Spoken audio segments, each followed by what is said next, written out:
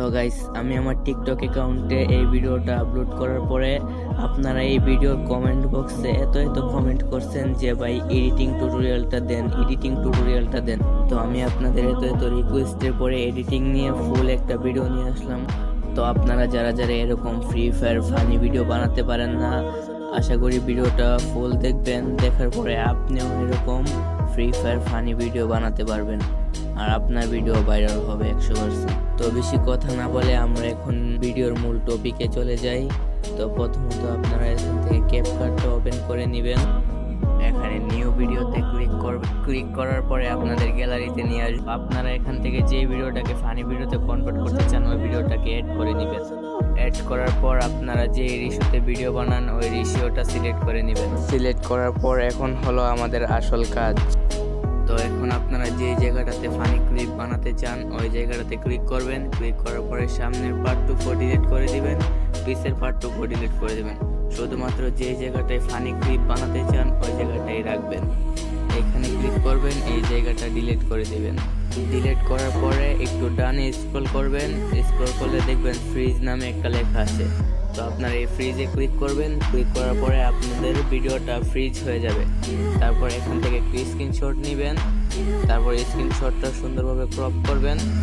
তো বর্তমানে আমাদের ক্যাপকাটের কাজ শেষ। তো অনেকেই বলতেছিলেন যে ভাই আমাদের তো ভিডিও জেনারেট হয় না।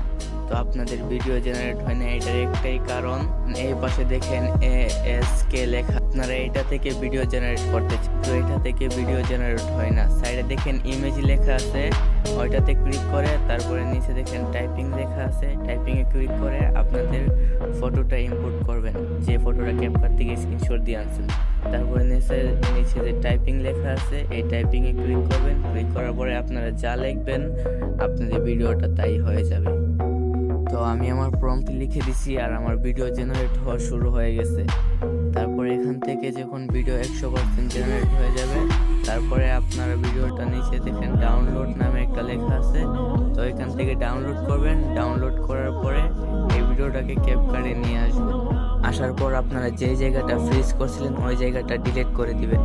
ডিলিট করার পর সাইডে প্লাস আইকনে ক্লিক করবেন। তারপরে আপনারা যে ভিডিওটা জেনারেট করছেন ওই ভিডিওটা অ্যাড করে নেবেন ক্যাপকাটে।